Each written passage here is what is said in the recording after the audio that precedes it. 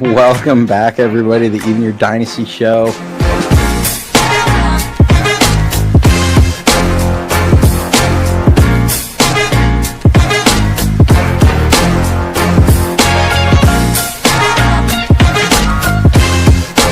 We just got breaking news in.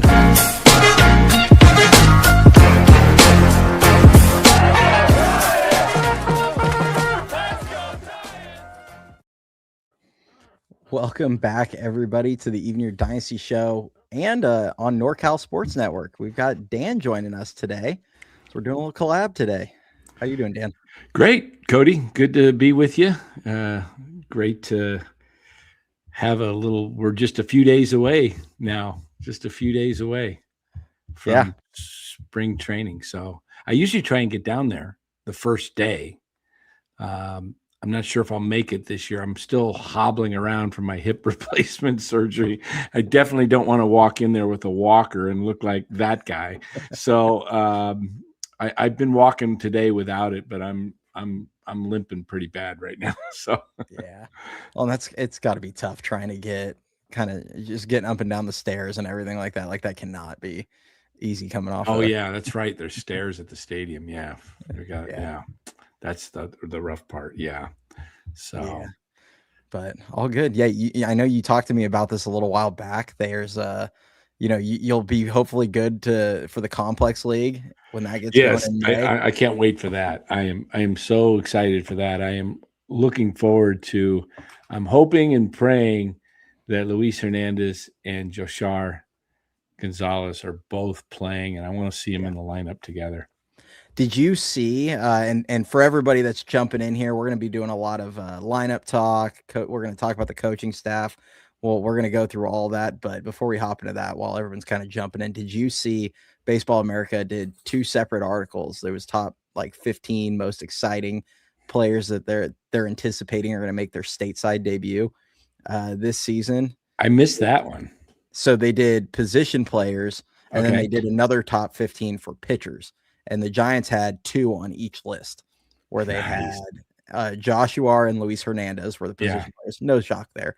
And then on the pitcher side, it was Alberto LaRoche and Carlos De La Rosa, the guy that got De La Rosa. Yeah, that's a guy that a lot of people think, which is pretty crazy because Parks Harbor was phenomenal and Jesus is obviously AAA, but there was a lot of scouts that feel like De La Rosa is the jewel of that Doval trade. You know, it's interesting. You see the guys that they got internationally and some of the guys they got in the trade. Do you think that influenced Buster in not going after Framber or any other player this offseason that has a qualifying offer or they don't want to give up any more draft picks. They don't want to give up any international pool money. Seems like that's intentional to me, but yet they were willing to give up prospects for CJ Abrams. So it makes me wonder, what are we doing here? Yeah. And I would want to know what the difference in the pool money is going to be if they were to give up that second round pick, which at this point, I think Gallen is like the only guy really out there that might cost it. I don't know if there's any other QO players still floating around. Giolito's has no QC. Or QO, I should say. Yeah. Which with Gallen, I think, and this is honestly looking at it from Gallen's perspective anyway, I think it makes the most sense for him to sign like a 1-1 with Arizona. Mm-hmm. He's coming off a bad year. Go hit Arizona on a 1-1, try and reestablish your value, and then go hit free agency next season with no QO attached to you. Like that to me seems the most logical, but we'll see. But I wonder, one of the things that having that second round pick, if they lost it, like if they signed a Framber, which I mean, I 100% agree with people when they say whoever you drafted in the second round, there's no chance are ever going to be as good as Framber. And you know what, like 99.9%. Yes, you're correct. But also I kind of wonder if they lose, because you would lose the bonus pool money associated with that pick. Right. And when you have that money, you kind of have a little flexibility with that number 4 pick, where you can go kind of one of 2 ways. You could potentially go under slot and then try and grab somebody that falls out of the first round Right. that all of a sudden there's signability concerns with teams, and you're sitting there going, well, we can sign him because we got all this, we went Right. under slot. Or you can even, you can possibly go way above slot for a guy if, I can't think of his name, Chikowski, yeah, from UCLA. Yeah. Cody, I'm sitting here thinking as you're talking about this under slot, I was like, I don't want another under slot guy at the fourth pick. I mean, I hope they don't try to say, let's see if we can sneak a second guy in there, because number one, you don't know if that second guy's going to really be there. And two, this is an opportunity to get a really, really impact player. And don't get chintzy. Don't be, fine. I don't know what Killian's going to be like, but he doesn't seem like the ceiling's super high. He seems like he's got a, floor, but, I want to see a guy that's got a super high ceiling. Yeah. And, with the fourth pick, I mean, if they could duplicate last year's fourth pick in Nick Kurtz, somebody with that impact, oh my gosh. Oh, for sure. And I agree with you. I just more mean like the flexibility that comes with having that second round pick. I mean, and they've done it for a number of years with varying levels of success. I mean, that was obviously kind of Farhan's thing. They drafted they drafted Reggie Crawford way under slot. It let them get Carson Whisenhunt. Well, that was a top 100 prospect at one point, top like 70. Right. Obviously, he's kind of fallen off, but then they did the same thing with Bryce Eldridge. They got him under slot and let him get Walker Martin, which Walker Martin is struggling quite a bit. But then they did it with James Tibbs. It let him get Dakota Jordan in the fourth. Like you can be successful doing that, but I agree with you with the fourth pick. Don't get cute. Just don't be chasing under slot. Just get the best player, whoever that is. Yes. Yes. That is going to be interesting. And I know we'll be talking a lot about that, and you and Dan and Ricky, as we get closer to, May, June, July, we start seeing what college seasons guys are having, and, who's going to excel.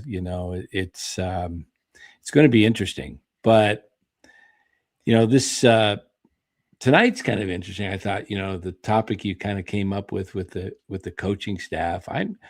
I'm like with you. We were talking a little bit, before we came on the show here, and just we're both excited about the pitching staff that has Tony Vitello has put together. I mean. Message being the pitching coach, he's had some great experience with some of those Brewers pitchers that are young and what they've been able to do. Yeah, that's right, with Pittsburgh too, and then Frank Anderson, the guy that's, I think he's going to be really good to help out in the minor. I mean, this guy, was pitching coach for Garrett Crochet and many others. So it'll be good. It's going to be good. Well, especially the way I look at a guy like Frank Anderson too. Think about all the players that obviously you're just bringing up a Crochet, and then there's a whole mess of them that, like, I think he had 10 or 12 first round picks that he coached, and like 50 something players that got drafted, or 40 something players that have been drafted. And you think about the age of all these guys he's coaching, they're college players. They're in that, whatever, the 18, 19 years old to 22, 23 on the older side. And then you look at the Giants system right now, and the biggest strength in their system when it comes to pitching is kind of in that lower minors, where it's, you got the De La Torres, the Arraez Kayamas, the Keter Martinez, the Jacob Bresnahan, and all these guys are the same age as the guys that Frank Anderson was coaching at Tennessee all these years. So to me, that is just his, is it NorCal Sports and whichever that the acronym is for. But like you said, that's a no-brainer hire, to me. Like that. That's it's funny because you got Hunter Mintz. You called that one like a week or two before anybody out there had him on the radar. You nailed it. I kind of said the same thing about I thought Frank Anderson could be a potential pitching coach for the Giants. I didn't know the role that they were going to put him in, but I thought Tony was going to want to bring him along because, he's been with them for quite a while, and then he's just kind of got that, I don't know, that mature, that senior, with his age and just the experience he's had. You need guys like that. You need one or two of those guys on a staff. It's a pretty young staff. I mean, look at all those pitchers. I mean, Anderson stands out. I mean, I guess you could put my picture up there and I'd look like the same. I'd be the grandpa. But I mean, that's a young staff. And I think it fits. Well, you got Ron Washington. I forget he's 73 down there at the bottom, but even Tingler's only like 40, isn't he? I think he's like 47. Is he? Or no, Tony's 47. I think isn't Tingler about the same age? He might didn't years younger. Play. I think he's a few years younger. Didn't Tingler play under Vitello? Like when he was a graduate, like assistant, maybe or at Missouri. So he's probably mid-40s, if I had to guess. Yeah, I think he is. Now, he's been around though. Now there was talk, a few days ago. I was listening to some of the other Giants content shows out there on YouTube, and they weren't even totally sure if Jace Tingler. I think it was FP Santangelo. I heard yesterday or the day before say, "What are they waiting for?" And announcing is. His theory was they've got somebody big coming to be the bench coach, and obviously that didn't happen. It is Jace Tingler, but Baggerly alluded to the holdup was they were working on one more biggish name, and it didn't work out. So interesting. They were holding off. Do we know any idea who? No, he didn't speculate on who, but they said that was the holdup. Biggish name. Do you think it was to be the bench coach and make? Could have been make Tingler like the assistant manager or something, or oversee all of everything. It's like it's hard to. He can be the assistant to the regional manager or to the. Now, what's going to be interesting to me, Cody, is Vitello's first camp. It's going to be quite different than college camp. And, getting all these pitchers, I'm sure he'll be relying quite a bit on Message and Anderson to, because we're going to talk about the potential lineup tonight, but there's probably minimum of three, if not four, probably open spots on the pitching on the bullpen side that are just wide open for non-roster players to take the reins, guys that are maybe potential starters that are probably not going to earn a starting position for the Giants this year, but could be the long men. Those are guys that it's just going to be fascinating to me because I went through this exercise with Dallas last night. We just went through every pitcher on the 40-man that's a bullpen arm minus the 5 starters. And then we went through the non-roster guys, and it's like, there's not many guys that have spots locked up. I mean, you could say Ryan Walker's got a spot locked up because he's, a veteran and he's probably, but there's a world that I don't see it happening, but there is a world where he just gets rocked in spring and has an ERA of, 15, 20 plus, and he just can't get anybody out. And then there's guys like Trent Harris that are just dealing, and Bednar and, Peguero and all these other guys that are just getting guys out that they just say, do we give the guy a spot when, Would it shock anybody here if they made late spring, we'll call it like that last week before the season, roster shuffle with the pen, like where they make a trade where it's like the guys like Luis Matos or even like a Casey Schmitt or someone along those lines, or Ryan Walker gets, I mean, it's just, would it shock anybody? I mean, Farhan used to do those all the time where, I mean, hell, he flew guys parents out saying, hey, this dude's making his debut, and then pulled the rug out from under them opening day. So it wouldn't shock me. Oh, who was that guy that that was the opening day, the guy they got from the Royals or something? Who was that name? He lasted like a few days. No, they pulled Beatty up, I think, for him, but who the heck was the guy? I'm trying to remember. I think he used to be with the Dodgers or something. I can't remember his. But that's the name, David Ross. I did hear that name. David Ross was a name that I think I heard FP and Susan Slusser maybe throw out. But it was Susan Slusser said something like she knew David Ross and talked to him, and he said, "No, I'm not involved at all." So she was, so it was probably must not have been him. But I wanted to ask you something, because I see in the chat about Wilmer Flores' name. I just saw something yesterday, I believe. There was like 115 Major League Baseball players that were on rosters last year in the majors that are still outstanding free agents. Wilmer's one of them.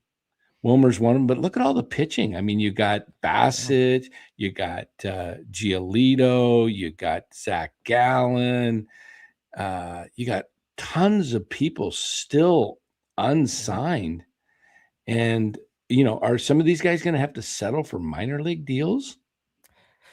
Yeah, I mean, here, let's talk about obviously Flores is on there. I mean, let's talk about a guy like, Dom Smith too, who had a really good year for the Giants. Yeah. I mean, there's some good names out there still. And I don't know. It's kind of nuts that some of these guys might have to do, non-roster invites or stuff like that, and some might just they might have opportunities that they're just waiting right now going, okay, is a little more money going to come? Is a little, whatever. I mean, Wilmer is the kind of guy that a team that needs like a bench bat, I'm kind of shocked, like a contender that maybe has a thinnish bench is not trying to just get him in to be just that, a guy they pull off the bench and he gets 150 at bats at the end of the year, or 200 at bats, and they call it good. I mean, he got overplayed with the Giants, but it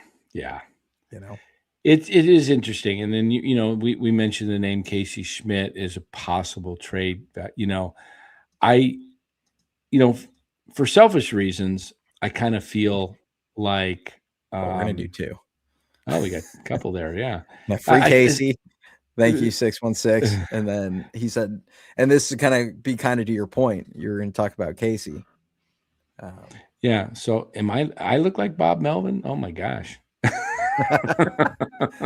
Dan's awake. He can't look like Bob has a lot of hair. I have none. Okay. Well, I shave it, but but here's the thing with Casey. For selfish reasons, I have mixed feelings. I want to see him stay on the Giants because I think opportunities always open up. You never know what's going to happen in a season. Guys get injured, guys have bad, streaks, slumps, and then things change, and you're just an injury away from being, the starting third baseman if something happens to Chapman. On the other hand, it's kind of sad when you think about his career. Here's a guy that came up as really the people compared him to Matt Chapman when they drafted him. And they said, this guy's got third base skills of a Matt Chapman. And he's never had a chance in the majors other than last year. And then he gets hurt to show himself at third base for an extended period of time. And so I'm kind of thinking to myself, and I haven't talked to him, and, I wouldn't reveal anything if I did, if he told me anything, but I gotta believe he wants to be on. I know he loves being on the Giants. Everybody loves him in the clubhouse. He's really one of the more liked players on the team, but I gotta believe at some point he's got to be like, man, I wish I could just play third base. I wish I get an opportunity. Look at teams all around baseball that can really use a third baseman. And then, a third baseman's going to go down in spring training somewhere. Oh, yeah. And I'm almost kind of that other selfish part of me that says, I just love to see him get a chance to play third in his career, because he's not going to get the opportunity here in San Francisco. Yeah, I mean, it's a tough situation because, just like you said, for the club's sake, it makes sense to keep him, like, from the Right. Giants. And at the end of the day, it's a business, and they gotta look out for the team, not the individual, which sucks to say, because, like, as I agree with you regarding Casey. Like, I would love to see him get an opportunity somewhere.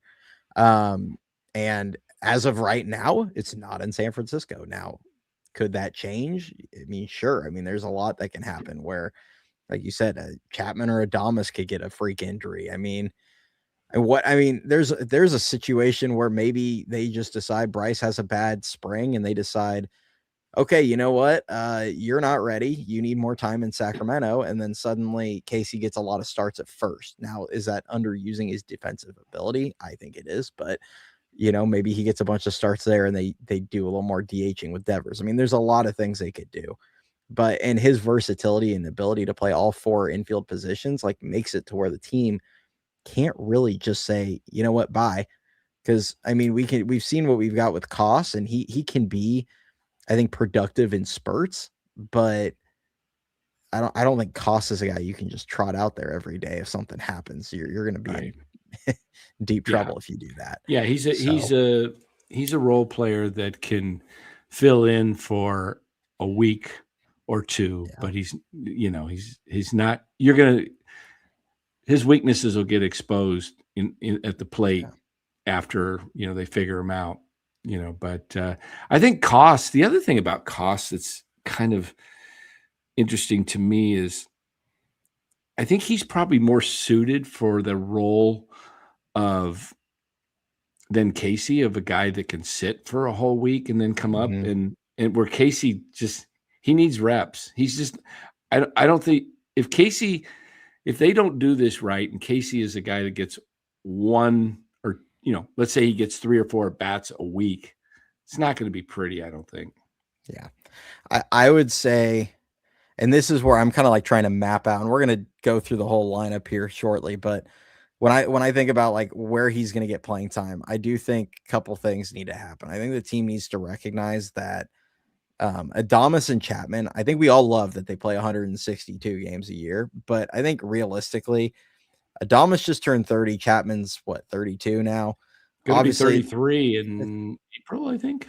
Yeah, and you know what? The injury he suffered last year wasn't really like a fatigue thing. I mean, it was kind of a freak thing, diving back into the bag. But I think the club needs to at some point recognize, hey, maybe we need to dial these guys back to 150 games a year. That's exactly what I said last night. Yeah, where they get 2 games a month off. Exactly. It's like, just dial them back and then Casey gets in for 12 games there, or 24. 24. And then Arraez, you know what? Maybe when you're facing a left hand, a kind of a tough lefty, where you're like, and I'm not advocating people for platooning Bryce Eldridge. That is not where I'm going here.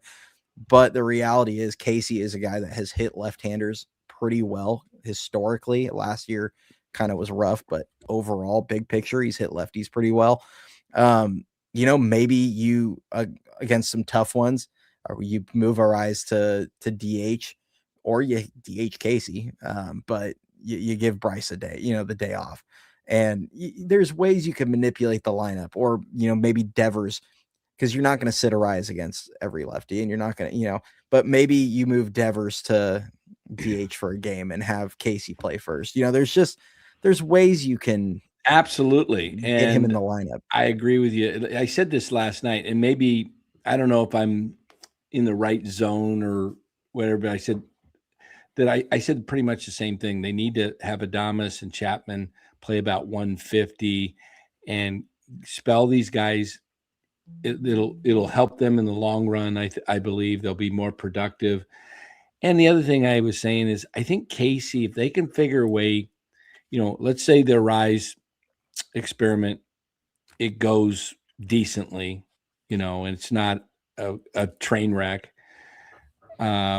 they got to try and figure to get Casey to play in about 80 games where he's getting 75, 80 starts, getting over 300 plate appearances, and they keep him fresh.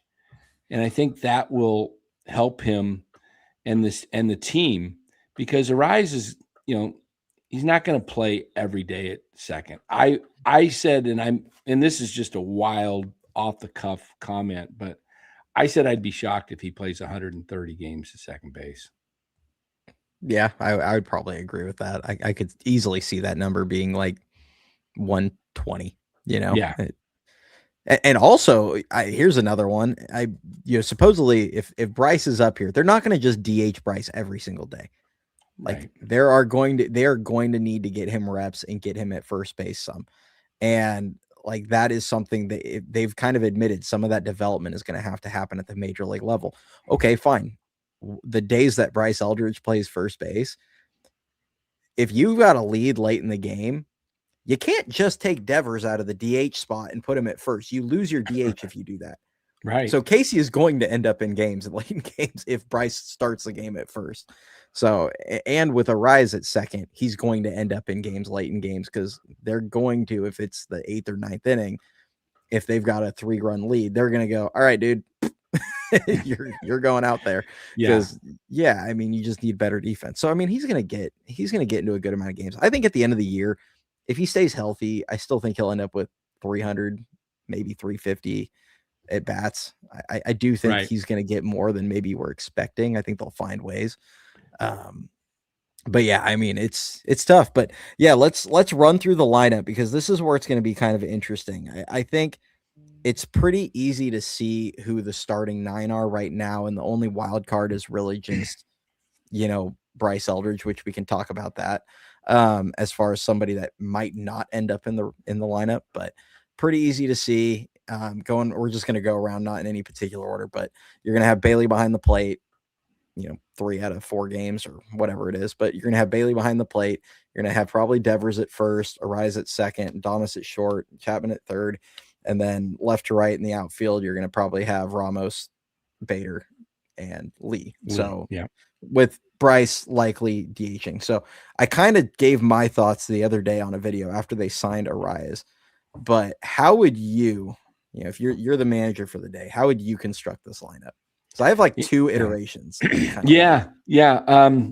talked a little bit about this, and I've thought about some of the things that you shared, and I think you've convinced me about Arraez. I would lead off with Lee, and I would probably go Adames second, and third I would go Devers. The 4th spot is interesting. I'd probably at this point go Ramos. 5th, I would. I'd go. It gets tricky. Yeah, it gets tricky. I'd go Arraez 5th, and hope he gets, can move guys along. Chapman would be 6th. 7th. What do we got? We got Bader left. We got Bailey. Bryce, Bader, and Bailey. Okay, I'd go Bryce 7th. I'm not sure if I want to go Bader 8th or put him 9th because I like a little bit more speed at 9. I'm almost tempted, but then you got Bryce 7. You kind of want to go left, right because you don't want that lefty to come in and face Bryce and then face Bailey. So I'd probably stick Bailey in the 9 hole and put Bader in the 8. I'd also have Bailey 9 specifically because then you can lead off more innings with Lee, honestly, than over Bader. So that's kind of my thought there. The lineup you just gave is probably exactly what I would do. For anybody that listened previously, I have one other kind of iteration. I'm going to go like one other option you could kind of do. But that's the exact lineup I would do. I mean, I kind of talked about it before. Lee, similar, had the exact same on base percentages as Arraez. 327, something like that? Yeah. Now, obviously, and this is totally valid. A lot of people could point to Well, Arraez has had years where it was like 390 or 360 or 350 or whatever. And that's valid, like that is something that he has done. But also there's kind of a reason for some of that regression that he's seen. Teams have figured out where to play him in the outfield, and that's not going to change just because he came to Oracle. It is a bigger yard. If he utilizes the yard well, he's got a chance to probably bump up his numbers a little. And I actually do expect him to be a little better than last season.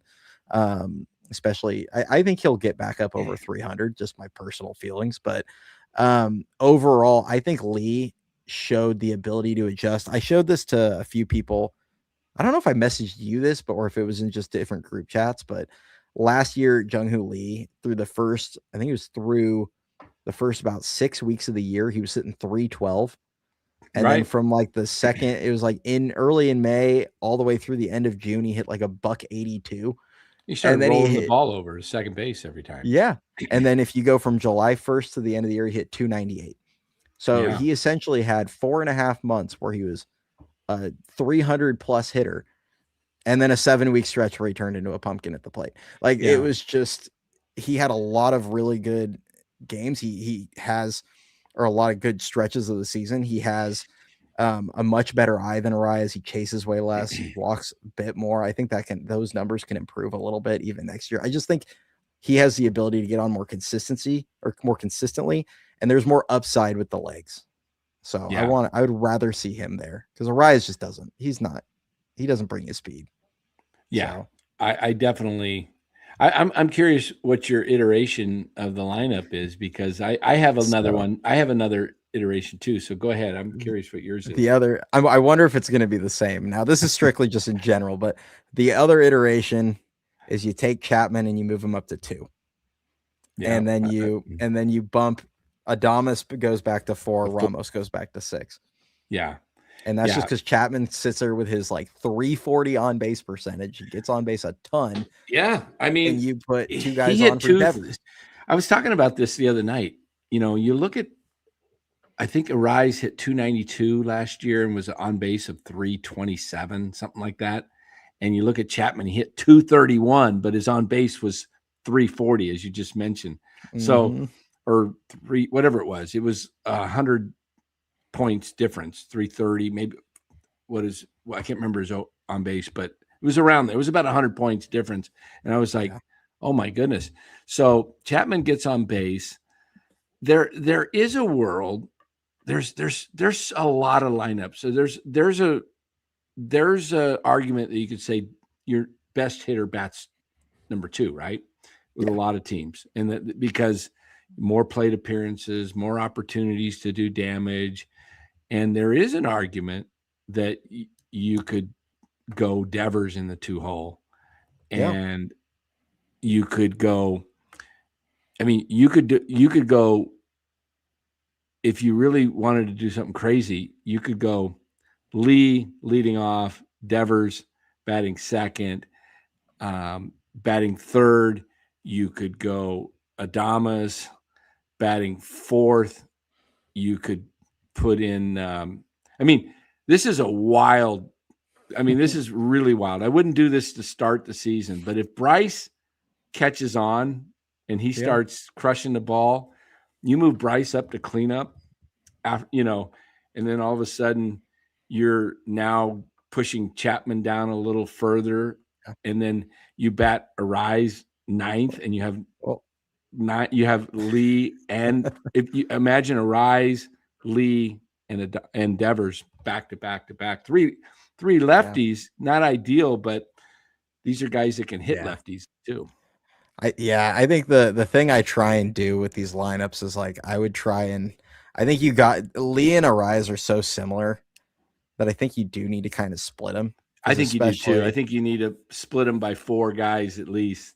Yeah, because if you get them too close, it gets, if you end up late in a game, and I mean, they both hit for high averages, so there is potential that you can string hits together. But when you're facing a closer or something, it's the nastiest stuff in the league. The last thing I want to see is 2 guys that are zero threat to leave the yard and square up a game going back to back. Like that's where I struggle with that. And I mean, you already kind of get that with Bailey, and if you have that at the bottom. This is the thing about where pitchers tend to challenge Yeah. Arraez. He doesn't, and they don't even have to completely challenge him. It's just be somewhere near the zone, because he does chase. I think he's like 15 percentile in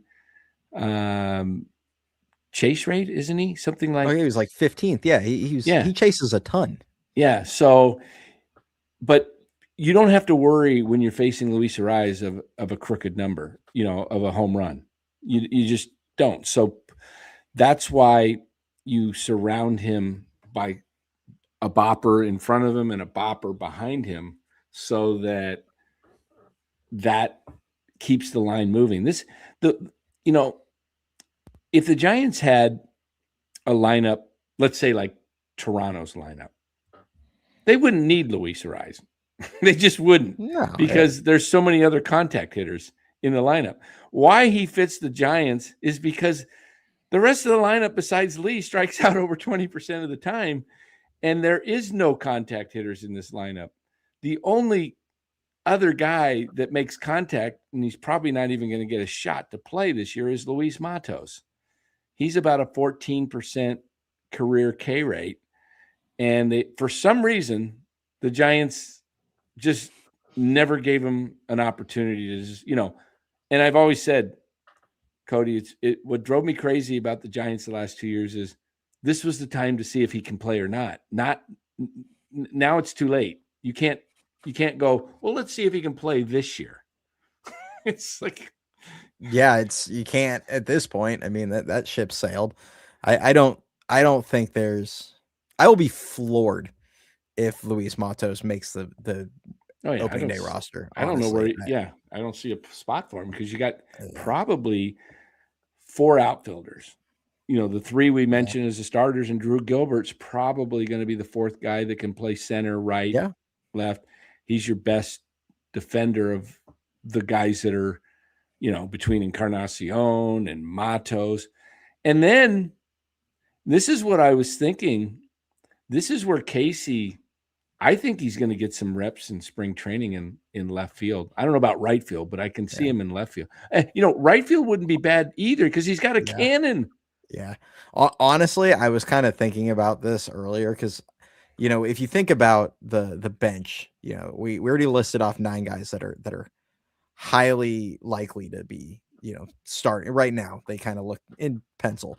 They're in the starting lineup, but then you go to the bench, and one of them is going to be the backup catcher. That's always the case. So whether that's Suzak, who to me is probably the favorite right now, or Rodriguez, or whoever, Hossie. I mean, they have some options there, but one's going to be the catcher. Right now, Casey looks like the infielder. Gilbert looks like one of the outfielders. You're going to need that. You're going to have a 4th guy that, and this is where it gets interesting. Do you keep a Grant McCray just because he's an absolute burner? Do you go hand Christian Koss an outfield mitt, who's probably got more range than Casey, and go, hey, go learn how to play the corners, because you just never know and then you get a guy that can play like all over the diamond, like everywhere. It just gets a little weird on who you keep. Like, I think you're going to end up with kind of a niche player that really serves one role, and it's like, like I said, McCray is just going to be there to steal bags, like that's it, and play some defense late in games occasionally. Like, but then the other one that it gets interesting is, we've kind of talked about Bryce, like if he makes the club, and someone really quick before I go to my point here, someone mentioned hitting Bryce 9th. I don't think that'd be the worst thing in the world.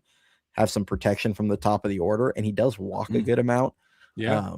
So he a little less pressure, can get on base, and you got some potential there. But if Bryce doesn't make the team, all of a sudden it turns into, all right, what does this team do with the DH spot? And I think you've got a couple of easy answers there. I think the first one would be, you probably have Ramos DH a lot when you have righties on the mound, and then Gilbert play left, and then you suddenly have a very strong outfield defense.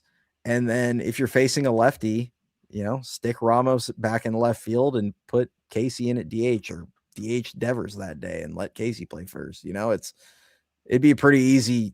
Or Arraez could be the DH and Casey plays second. Yeah, exactly. Like you'd have you'd have kind of that DH platoon, so to speak, like that little platoon. I think we're gonna see fairly quickly. When I say quickly, the first 40 games, we're gonna know if the Arraez thing is working or not, because Logan Webb, it's interesting stat. He is the number one pitcher in baseball for ground outs to second base. So it's going to be interesting if all of a sudden Webb's giving up more hits because balls are just sneaking past the glove of Luis Arraez at second base, and they're getting into right field, or right center field, because Arraez is just this much. And this is the part we're talking about when we say he's not a great second baseman. It's his outs above replacement. It's not his, you look at his fielding percentage, everybody goes, what's wrong with his fielding percentage? He catches the ball generally when it's hit to him, but he doesn't get to a lot of balls that most second basemen do get to. And that's like, but it's kind of like an Aaron Judge dropping the ball in the World Series in center field, where you get that extra out and 5 more runs come in. It's kind of like, okay, there's a routine grounder that should end the inning, but Arraez doesn't get to it, and now we got an extra out.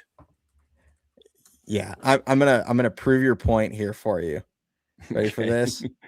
When it comes to fielding percentage and why you should never, ever, ever, ever, ever, ever, ever use fielding percentage to scout defense. Who holds the National League record for most consecutive games without making an error? It was a recent record that ended in June of 2024. Who is it? It's not Wilmer. It's not Wilmer, is it? No. Okay. It's a guy universally lauded as one of the worst defensive outfielders in baseball. Nick Castellanos. Oh, gosh. Just because you don't make errors doesn't mean jack. He can't get to anything, and all he does is just kind of go track the ball down when it stops rolling and flip it to a cutoff man. That does not mean you're a good defender. Yeah, exactly. Yes. So that's hilarious. Making the routine plays, that's great. But when you're worth, what is it, negative 36 outs above average? Just at second base. Yeah. Well, it's minus 60 overall. Yeah. So it's you're right though. They're gonna know really quickly if the experiment with him at second is working or not. Yeah, they'll see. I mean, if balls are sneaking through the infield that should be like pretty routine outs, and all of a sudden Webb is causes him to struggle and he has to throw more pitches. This is why I was a little disappointed, Cody, that they didn't go after Framber Valdez, because to me, the weakest point on this team is the bullpen. Agreed. And what does Framber do? He provides innings, and so does Logan Webb. Now you have 2 guys that could eat up innings, 190 to 210, right? They're in that, both of them are going to be in that range. And Robbie's good for 170 plus. Right. And so what you do is you give your bullpen a break. And because what has been the problem with the Giants the last few years? The bullpen gets taxed, and by the second half, they're fading, and the Giants crumble. And when you don't have a very good bullpen, you better have some really good starters. And they, in my opinion, we know Webb's going to be there. Ray's going to show up, but you don't know what you're going to get with Roop, Hauser, and Molly. I mean, if they're healthy, they might, but you're probably going to get 100 and if you can get 140 innings out of Roop, you can say, hey, that was a good year. Yeah. And probably about the same for both Molly and Hauser. So you're going to need innings from other sources. So we'll see. I kind of, I almost feel conservative saying this. I feel like the Giants are going to need to fill 30 starts in from guys that are not in the starting rotation on opening day, assuming no injuries in spring training, of course. But like of the 5 expected that are supposed, the 5 starters they've got right now, I think they're going to have to fill 30 starts throughout the year. Yeah, because I agree. I mean, I think Roop has not proven that he can give you more than 20 or so. You look at Malley, I mean, he's thrown 125 innings in 3 years. Yeah, exactly. You might need 20 of them just for him. I mean, you don't know. Yeah.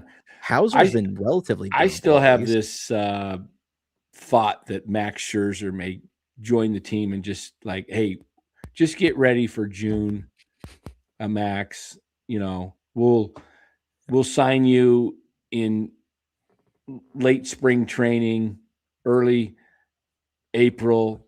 You just take your time through the minors, just have you ramp up, give yourself we'll give you a 2-month spring training to ramp up, and we'll just use you for the second half, but we'll pay you, $8 to $10 million for, a full year. You get it for a half a year. I could see something like that. And, another guy that's not signed is Verlander. Yeah. I just thought of him. Who's going to sign him? Honestly, I'd be calling Scherzer going, hey, do you want to pitch out of the pen? Oh yeah. Yeah. He's a psycho, even with his stuff, not what it used to be. Like, I mean, yeah, he had some really good moments in the World Series and stuff. And then he had, obviously, I think he gave them what in the game 7? I feel like he gave them like 3 innings. He gave up 1 run. All right. Yeah, better than Tim Hudson. Yeah. Game 7, right? Yeah. No, but let me ask you about a player. I want to know what your thoughts are. Do you want to see Carson see less or Carson see more? It's hard because, and admittedly, he did not look great out of the pen when they brought him up right out the gate. There goes another long ball. Yeah. That said, I do like his stuff. Having watched him in SAC, and it is weird. Not every guy can get developed as a starter and then just go into the pen and be fine. Birdsong obviously had success in the pen, but Birdsong was a reliever when he got drafted. He's kind of the weird one where they were like, this guy's stuff is so good that we want to put him in the rotation. So he, I think, is a little better suited for it. A guy like Tidwell, I think, could be a little better suited for it, or Wisenhunt, because they have that kind of elite pitch. And I don't think Seymour necessarily has like an elite pitch. A lot of straight stuff. Yeah, well, and he throws, like, he'll cut his fastball, he'll throw a sinker, and the one thing I like about Seymour is he's not afraid to go on people's hands. That's something that he's always kind of done, where he gets a lot of weak contact and broken bats, and we saw it in that start against the Cardinals, where he, I think, went like 5 innings, and I swear he broke like 7 bats that game. Yeah, where he has moments like that, but I don't know for sure. Like if he would have to be like developed as a bullpen arm, like right out the gate, I think, if he's going to have much success. Cause I mean, after what I saw last year, I'm not super confident in him. I will say that. Let me put you on the spot. You've got, let's say they go, we got the 5 traditional starters. Let's say they start the season with 8 bullpen arms. So 13 on the pitching side, 13 on the position side. You got probably 4 relievers locked up for sure in Walker, Henches, Eric Miller, and Buto. Those are, and now you got other guys like Bivens. You got Gage. Piguero. You got San Marin. You got, let me pull up the roster. But as I'm pulling it up, you probably have in front of you. Name the opening day. Oh, God. Bullpen. Okay, so I've kind of said I feel like I have 5. I know you said 4. I personally have 5 that I think are almost locked. I mean, Piguero, I think maybe a little up in the air, but I do feel pretty strong that he'll probably be in there. Gage is kind of weird because does the team want to roll 3 lefties? I think he pitched pretty well last year. I think ultimately he gets a shot. So I that gets me to 6. So you've got your your fifth guy is Peguero, and your sixth is who? Probably Gage. I do think ultimately he's going to end up. He'll be the third lefty then. Yeah, so I think they are going to end up with 3 lefties. Just I think they end up with 3 too. Because even like when I look outside of Gage, like some of the names like on the non-roster invite list, like a guy like Juan Sanchez, who almost made the team in 2024, and then he dealt with injuries this year, and then he finally showed up. Yeah, and he went to the fall league. He had a really strong stint in the fall league. That was all he pitched last year, unfortunately, because of the injury that he suffered in 24. But he's a lefty. I think he's gonna have a shot. But then there's a whole mess of them. Like I think Fulmer. Yeah, Michael Fulmer. I think Fulmer ends up making this team, honestly, if he's fully healthy again. And then it gets kind of weird where we've talked like Harris, Bednar. Yeah. There's Gregory Santos, who's disgusting when he finds his own. Killian, he's flashed a little bit. I think he's probably not. I'm not super high on Killian personally, but you got Keaton Wynn and you got Tristan Beck. Yeah, you got Wynn, Beck. We mentioned Seymour. All these young starters, Wisenhunt, San Martin. You've got. I mean, I think guys like McDonald and Tidwell are probably going to start as starters in Sacramento. Yeah. And Birdsong, honestly, like they're going to have to make a decision on. Then we forgot Spencer Bivens too. Yeah. And Bivens, which I mean, we talked about him earlier where this is nothing against Spencer Bivens. I think he's a good story. He threw the ball pretty well last year. I just personally view him as the most replaceable guy in their pen. I agree. I agree. He's nothing special. Like that's the reality. And I would not keep a spot for him over a young player that looks ready to perform in the majors. So I mean, Birdsong is the weird one and I've said this before on other like videos where like Tidwell and Birdsong, I think are probably the 2 guys that I think could step into the pen right now and potentially be a leverage arm. That I feel confident in that. Like Bednar, I feel like is going to break out this year. I think he's got that upside. But I'm not going to lie to everybody on February 6th and say, oh yeah, he's going to be a leverage arm in the Giants pen right now. And it's like, he's got the upside, but I've got him I've got him closing games at some point. Maybe it's only 1 or 2, but I think we see him go out for a close at some point in the season, whether that's the second half or whatever. But if he can find the zone, he's got some really good stuff. Yeah. But I do think, and kind of back to my point though, with Birdsong and Tidwell, like they're probably the 2 guys that you feel the best about, but also they're kind of the 2 guys with the highest ceilings for starters when it comes to that group. Right. So you're kind of doing a disservice to their development if you go, okay, we're going to stop developing you as starters and just shove you in the pen because. Well, you need a couple of guys to already stretched out. If Molly's or anybody goes down, you're going to have, hey, we need a reliable starter to come in and, you're going to start 3 or 4 times while this guy's on the IL. Also, all right. I'm going to pull this up for you. This was I pulled this up on a Jeff Young post because I was curious. I did my research on this one. This is regarding Will Bednar. Share the screen. Thought this was kind of remove that from the screen. There we go. That shot. That's a screenshot. Yeah. There, though. They Will Bednar. I mean, because Jeff was pointing out, he's got a career 6.3 walks per 9. Yeah. And you know what? A lot of guys have had this where, I mean, I could name 4 guys that have been big relievers for the Giants in recent years that have had that, Randy Rodriguez, Doval, Miller. I mean, even Santos. I mean, obviously he wasn't as big for the Giants, but he had a really big year for Chicago. There's a lot of guys that go through these where they just cannot find the zone. Right. But then just kind of as the year went last year, he kind of he got that a little bit under control where he got it down as low as 3.7 there in August. Wow. Yeah. That was like his last 11 appearances where it was, 16 Ks per 9 and under 4 walks per 9. I mean, you can live with that. Yeah, if you can get it under 4 with his stuff, yeah, he's going to have some outings where he goes out there and he can't find the zone, and he might be on the 3-batter limit or minimum where they just go get him out now.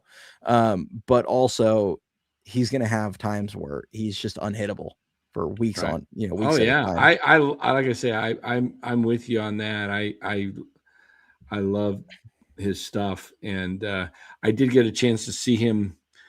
I guess it's been 2 or 3 seasons now. He was in the Arizona Fall League, but he only lasted a short period because he had that back issue, and they pulled him.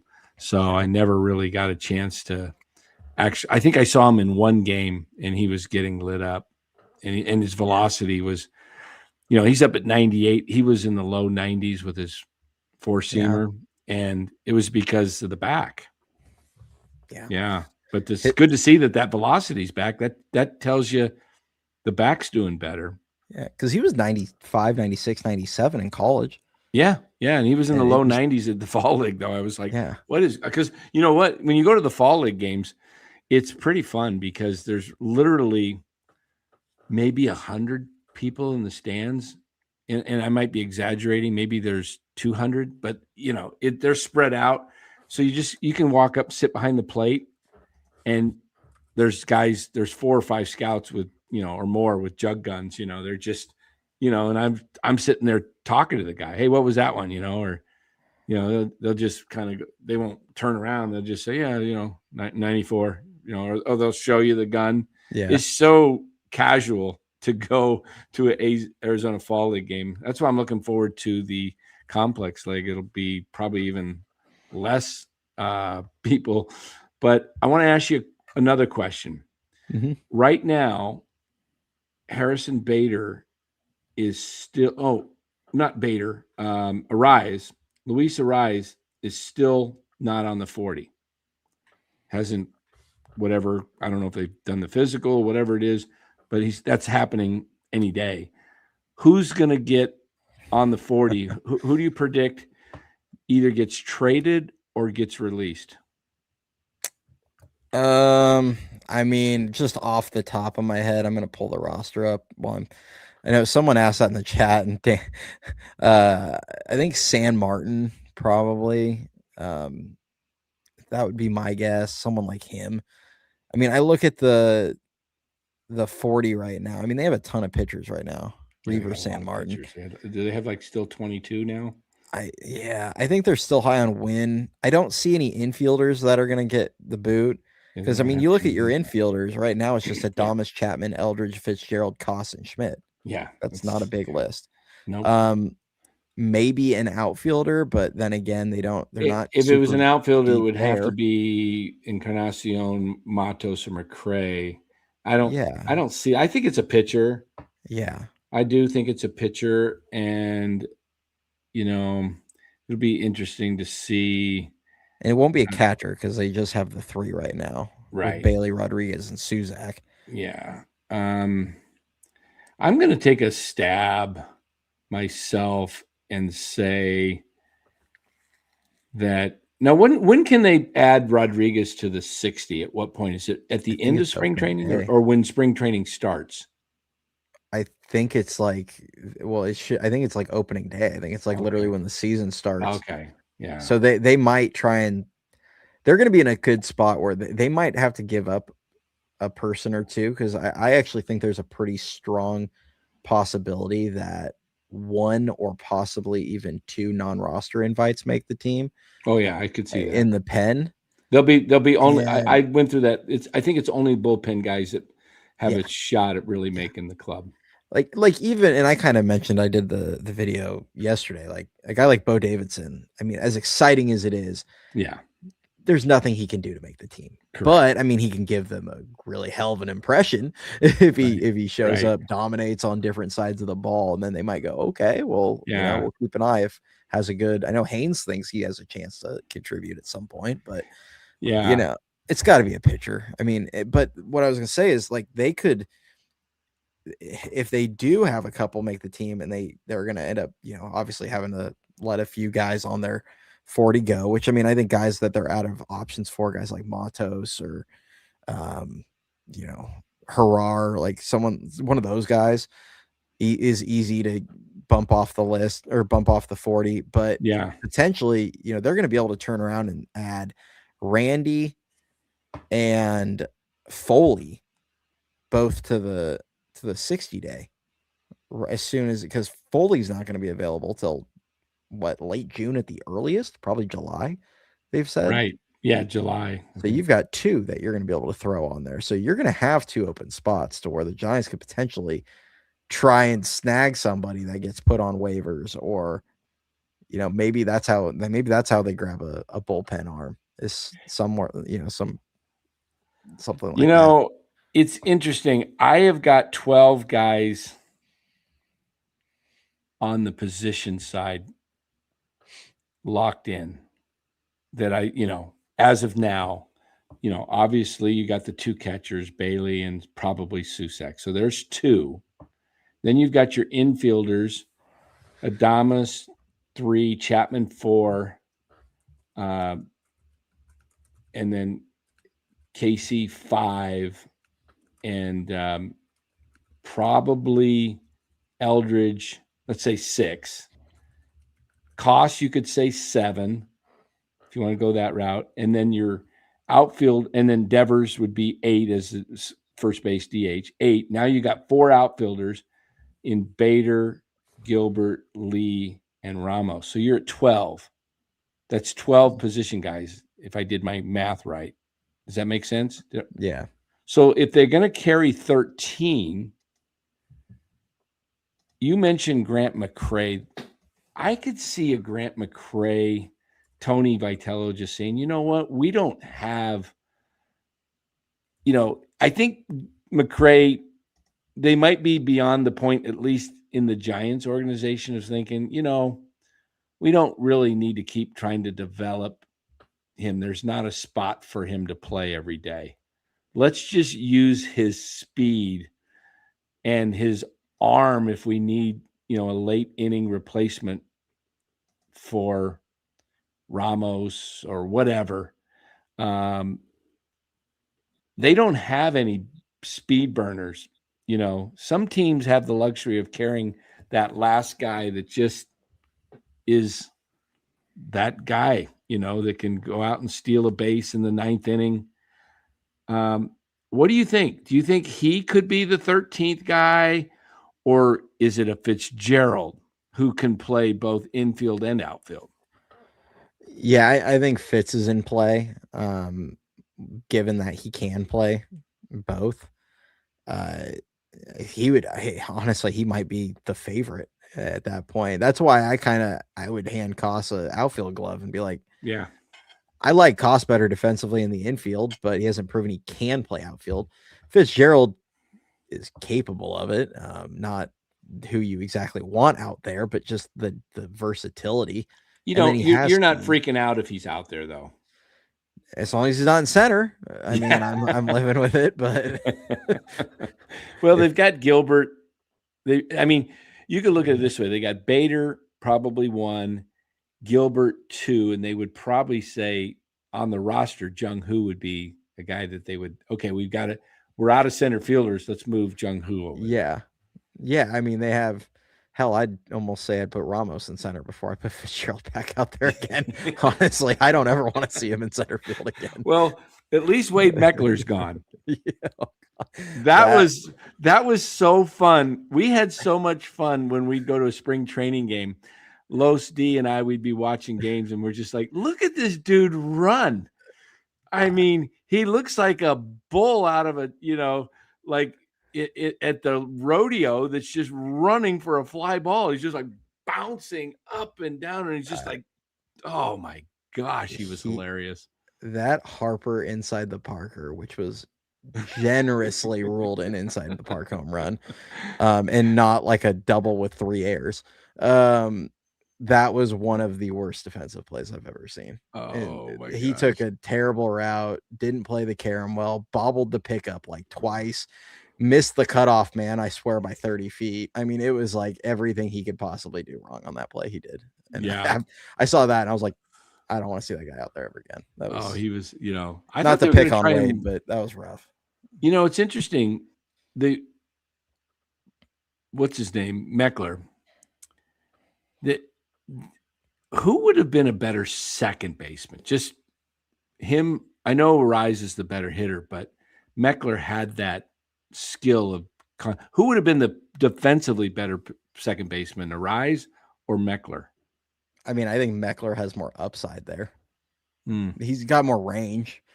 And they honestly, whoever took him off second base in college and put him in the outfield thinking, oh, he's got speed, that he should have just stayed at second and kept developing at second base.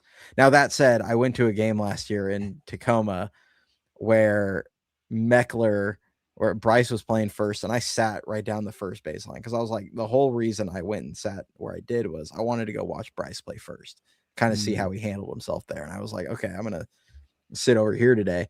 And they hit one over to Meckler, and he missed Bryce by like 15 feet on a throw. And I'm like, Bryce is 6'7". Yeah. And probably when he stretches out, it's like he threw it almost right into the dugout. And I was like, and not on like a, backhand. And I'm like falling off. And no, like it literally was like, I'm just running over. I picked up the ball. And it's like he tried to set his feet, and his feet pointed one way and his shoulders pointed another. And the ball was just, God knows where this thing's going. Yeah. And I was like, dude. Wow. So, but it's one play. I mean, guys make bad plays. I saw Crawford throw countless balls up into the stands from short, but it was usually on like a dive in the hole. Yeah. I remember, you probably don't remember this, but I believe it was in the 80s. Yeah. Steve Sachs was playing for the Dodgers, and he got the yips.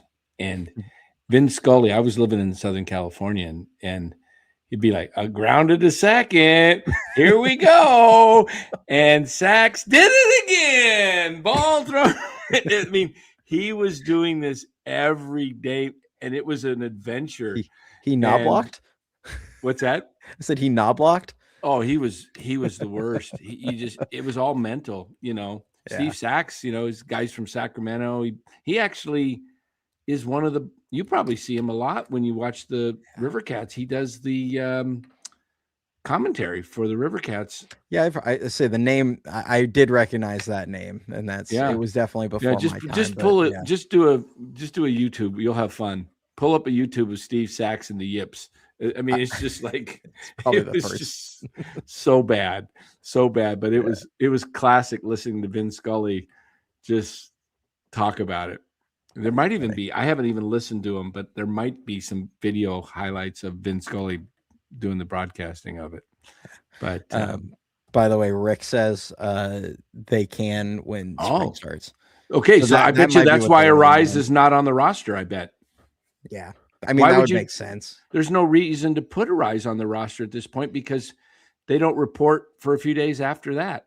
Yeah. Officially. So, yep. So, and I kind of just looked into it, and there was it sounds like it's not something teams often do, but, with a guy like Rodriguez, who's going to miss the whole year, or at least the vast majority of the year, they'll probably do that. And then Foley, I was kind of on MLB trade rumors. They were talking, the Giants might want to like get to camp and just get more of a timeline on him. So they might hold off on putting him on the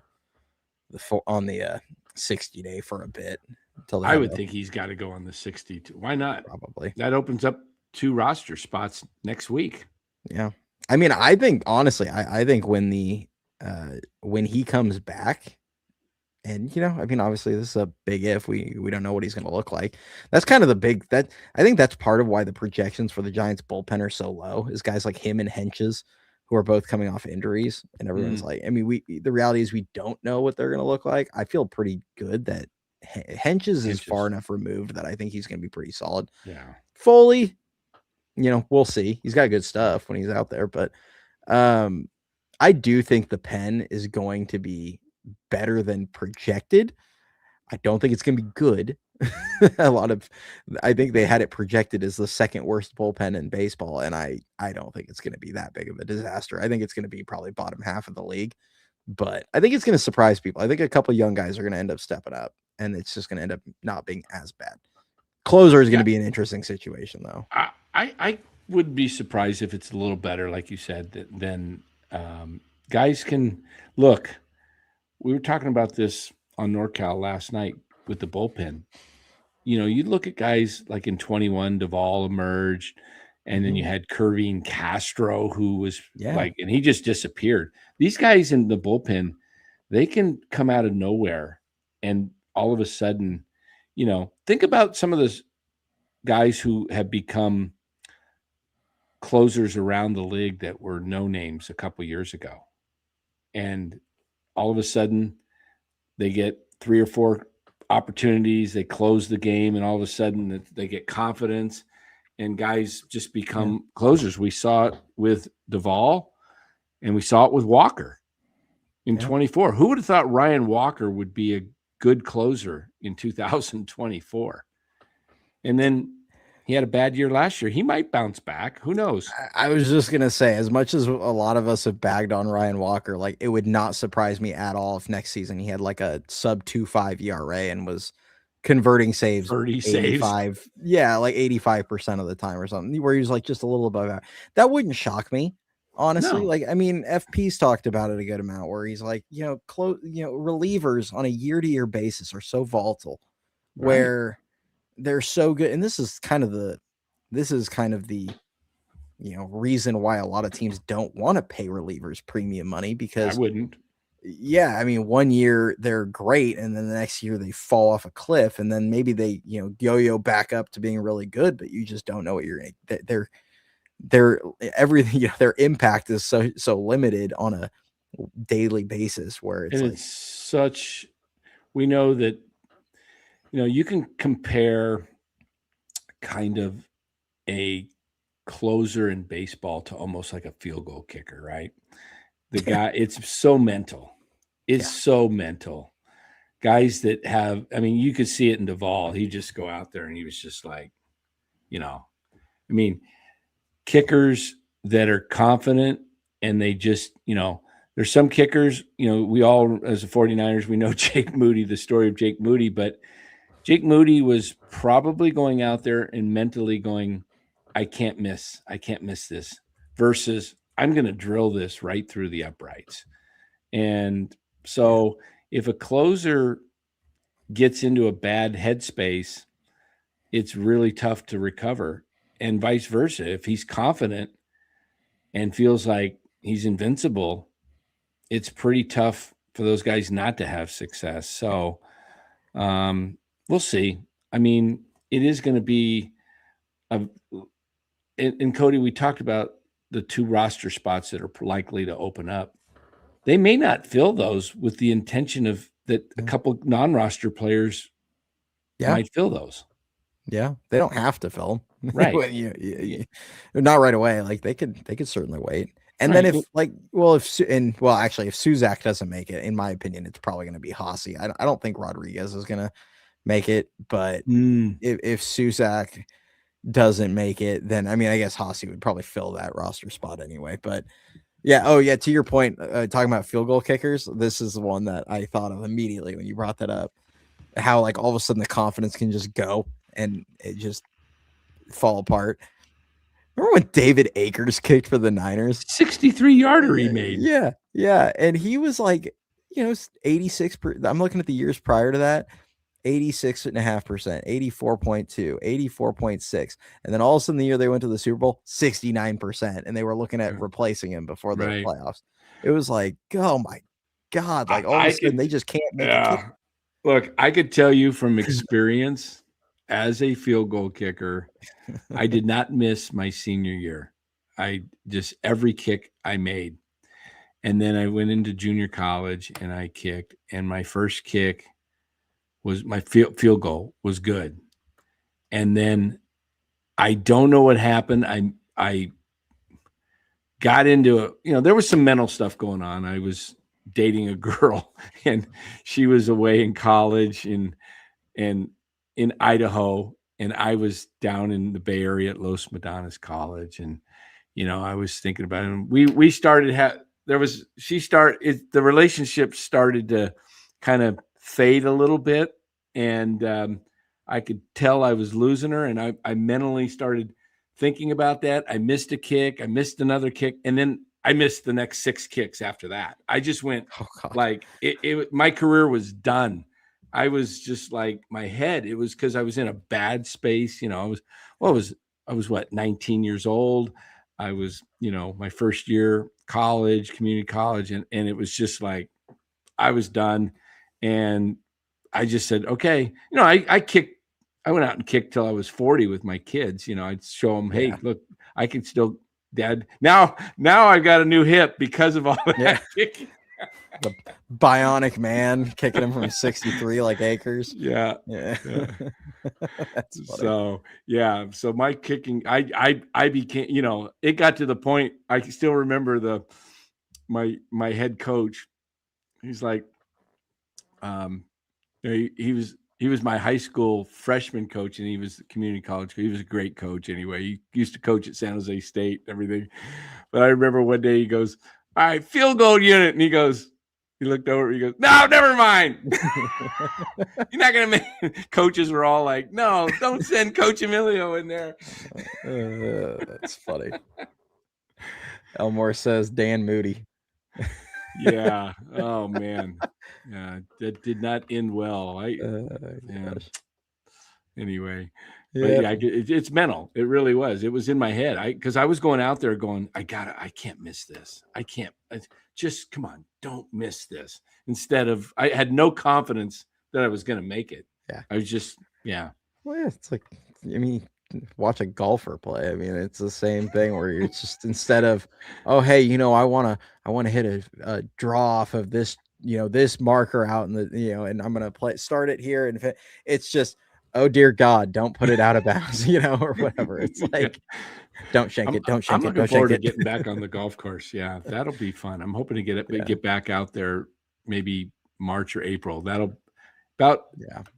April is the end of April, early May. You don't really want to golf too much. You definitely don't want to golf here in the summer in Arizona, June through September, unless you go out there at like 5 in the morning. Yeah. You got to go out there at 5 in the morning, literally. Yeah. It's the only reason anyone has an umbrella in Arizona is to put it on the cart to keep them out of the sun.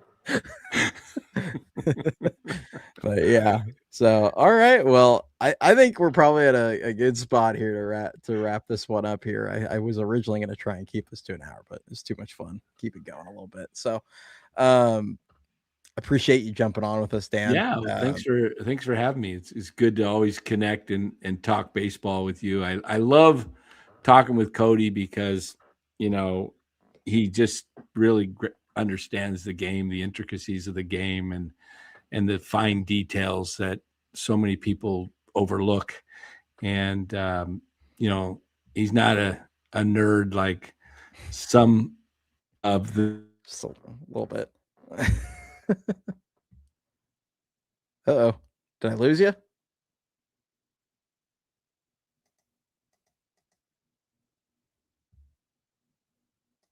Did I lose you, Dan? Well, I think I might have lost Dan, everybody. Can everybody still hear me? There we went dead. I think it's telling us time to leave. Now, there we go. There we go. We were, I was just saying real quickly. Yeah, it's a pleasure to talk with you because I think we think a lot alike just because, I think, growing up, not just watching the game, but actually playing the game. Oh, look at this. The circles. That's what it looks like. Exactly. How did you come up with that? That's great. No, just playing the game and understanding it. You pick up a lot of nuances that, like, for example, I never played hockey. I loved hockey, but there's things I don't know about hockey that a hockey player would know. Yeah, for sure. But so going forward, and I'll have you kind of let everyone know what you've got coming up next, just so everyone knows. We're planning to have Charlie Zacconi on with us next Monday. I think that's probably going to be the last one, unless we can snag somebody before they report to spring. But that might be the last one that we have because I'm going to be gone the following week. So, cool. But yeah, we're going to have Charlie join us next Monday. For anybody that's joined the membership, I'm going to be doing a Daniel Suzak prospect breakdown next Wednesday. I'm sure I'll throw another video together. I'm going to pre-record a few videos for while I'm gone. Caveman Dan, he's going to be back next Friday. His PC, I think he's going to get that back. Well, actually, he'll probably be on with us on Monday with Charlie, but he'll be back next Friday. The following week, you guys are going to probably get a solo Dan show. So brace yourselves is all I'm going to say. He's going to get unleashed. But yeah, so that's kind of what we've got going on. I'll let Dan kind of share what he's got coming up here before we check out, and yeah, go for it. Yeah, we are going to be on Monday night. Normally we wouldn't be coming on this Monday night, but it's night after the Super Bowl, and we had it planned for last week, but Paulie Mac of Paulie Mac Particles and Tony, his producer, who run Paulie Mac Particles, Paul McNamara, who used to be part of Murph and Mac show, he's got his own YouTube channel. He's going to join NorCal Sports Network Monday night. Either Tuesday or Thursday night, Jeff Young will join us, and I'm not sure which night he has free, so we have to wrap that up. And then I think that's really everything going. So, we did pass 6,000 subs just a couple days ago, which was kind of cool. It took us forever to get there. I felt like we were stuck on 5,900 for a year or something, seems like. But anyway, we're there. And then got a really cool, I want to show you guys, I'm working on a new logo. I'll just show you on my phone. I don't have it on but what do you think of it? Check this out. It's the similar logo to NorCal, but we've added a little stitching in the center there to make a baseball out of it. It's nice. So we kept the bear and we kept the NorCal, the round logo, but we changed the colors a little bit. Those are some Giants colors. If you'll notice, a little bit of orange there at the bottom, and then the cream is the Road Uni cream. So colors. So anyway, that's kind of what we've got going. But if you guys haven't subscribed to either of the channels, if you're watching on NorCal Sports, go over there and subscribe to Even Your Dynasty show. I think Cody's, I try to be humble, but I think Cody and I have two of the best shows on YouTube when it comes to the Giants. Why? Because we can be brutally honest. We're not beholden to the team. We love the team. We're fans, but we're not being paid to not say things. Yeah. If I don't like something, I'm not gonna hold back and pretend I do. Like, it just is what it is. Yeah, absolutely. So, but all right, everybody, appreciate you guys. Go check out Dan. Like he said, if you're on my side right now watching, make sure you hit the like and subscribe on his as well. But yeah, we appreciate you guys. We'll be back. Like I said, Monday. I know Dan just gave his list. We'll be back also Friday night next week. For our next live show. So appreciate you guys. Go Giants, and we'll catch you next time.